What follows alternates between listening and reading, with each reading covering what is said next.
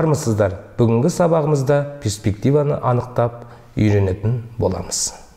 Перспективада басты мақсатында негізінде мына кеңістікті бір көрсетуіміз керек.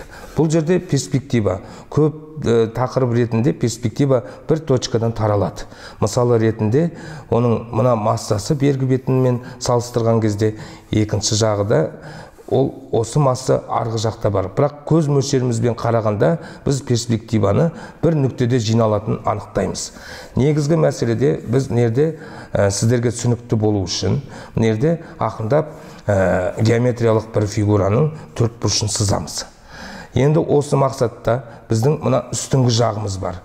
Мынау алдыңғы жағының бергі линиялары. Енді бұл нүкте арқылы қою арқылы біз толығымен мына перспективаның қаншалықты мына массаның арғы бетіндегі барын білдіртеміз. Бірақ бұл жерде көз мөлшердің сызығымен мына перспективаның бар екенін білдіртіміз керек. Бұның мына бергі точканың қайталанымасы екінші мына точкаға келеді. Ол точка арқылы біз мына перспективаның басталған жерін көрсетеміз. Негізгі мәселеде перспектива арғы планнан жақындығын көрсету, арғы жағының алыста екенін көрсетеді. Осыны біз перспектива деп атаймыз. Бұл перспективада көбінесе геометриялық фигурада да, адамның қозғалысында да білінеді. Мысалы, мына төрт бұрыштың жанына біз кішкене нерде адамды салып жіберсек, адам кішірек келеді. Мына коробкамыздың жанында дейік. Ол бұл жерде міне адамның тұрған кезінде мына жақындығы аяғымыз деп қоятын болсақ, бұл аяғымыздың екінші мына белінен келген жерінде тағы перспектива кетеді. Сол сияқты мына нүктеден біз кетпеген кезде аяғымыздың тұрған тұрысы мына аяқтың, арғы аяқтың кішкене бергі аяқтан қарағанда алыстау тұрғаны, бергі аяқтың арғы аяқтан алыс тұрғаны сезіледі. Негізгі мәселеде біз общий мына тақырып ретінде сызатын болсақ, міне иықтың да төбесі жағы, мына белдің де төбесі жақтары ақындап көрінеді. Сол перспектива нақты айтатын болсақ, перспективаның алыс жақындығын білдірту және осы алыс кеңістіктің бар екенін сездірту, ол әр заттың бергі планда тұрғанымен арғы планын біз линия арқылы, перспектива арқылы көрсетеміз. Перспективаның бейнелеу өнерінде алатын тақырыбы тоже үлкен. Бұл тақырыпты біз алған себебіміз перспективаның басты мақсаты алыс жақынды көрсетіп, мына линия арқылы бергі массаны арғы массамен салыстыра отырып сызып шығуымыз. Перспектива тақырыбымызда кеңістік арқылы орталықтан бір линияны тастаймыз. Сол линиядан бір нүкте қойылады. Бұл нүктені қойған себебіміз бергі планға екі сызықты тастаймыз. Сол сызық арқылы мына массаның арғы жақта да бар екенін, мына нүкте арқылы біз оның перспективаның жұмыс істеу арқылы біз оны білдіртеміз. Негізі мына квадрат ретінде геометриялық төрт бұрышты бір сызғанымызда негізгі жағында мына сол сияқты тағы бір линияны тастаған кезде бұның үстіңгі беткейі шығады.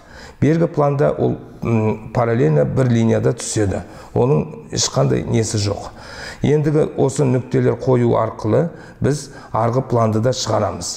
Ол жерде біздің мына массамызда линияны біз толық ортасынан бітіреміз. Сол кезде біз мына квадратты көрсеткеніміз бар. Мысалы ретінде мен енді мына беткей жағында орындықты салып шықсам деген ой болып тұр. Енді осының да орындықтың арғы бұрышы бар, астыңғы бергі бұрышы бар. Көп нәрседе салар кезінде мына перспективада болсын, суретте болсын, астыңғы фундаменттен бастаймыз. Өйткені біз астыңғы жақтың линиясын іздейміз. Бұның арғы планда да мына линия тағы бір перспективна ретінде оның екінші жағы шығады. Сол арқылы мына орындықтың біз бергі бұрышын көрсетеміз, ол сол сияқты арғы бұрышын көрсетеміз. Сөйтіп мына ар жақты перспективаның үшінші аяғын көрсетеміз, төртінші аяғын көрсетеміз. Сол арқылы біз деген мына масса ретінде бұл аяқтардың размерлері бәрі бірдей, бірақ ол перспектива арқылы ол ар жақтағысы кішірейеді, бер жақтағысы үлкейеді. Сол сияқты ол мына нүктеге барып тіреледі. Ендігі мәселе мына жағымыздағы нүктеде бір нүктеден арғы бетінде де жиналады. Сол сияқты мына орындықты салып шығамыз. Енді бұның арқасы бар дегенде орындықтың біз қозғалысында орындықтың артық жағы адамға қасиетінде кішкене еңкейіп отыратын кезең бар. Соған байланысты орындықты біз ары қарай майыстырғанымызды сездіртеміз. Ендігі мәселе тағы точкадан бұның арқасының төбесі шығады. Сол сияқты бұның әр заттың өзіндік шыққан кезінде, табар аймағында шыққан кезінде, әр зат аяқтың болсын, арқаның болсын, ұзындықтарын бәрі бірдей болады. Бірақ біздің мына көз мөлшерде перспектива арқылы біз оның арғы аяғын азайтамыз масса ретінде, бергі аяғын біз кеңістікте үлкейтеміз. Сол сияқты мына перспектива деген тақырыбымыз бейнелеу өнерінде алатын орны өте үлкен. Сондықтан осы перспектива тақырыбын алған себебіміз осыдан. Перспектива басты мақсаты алыс жақынды сызық арқылы массаны көрсету.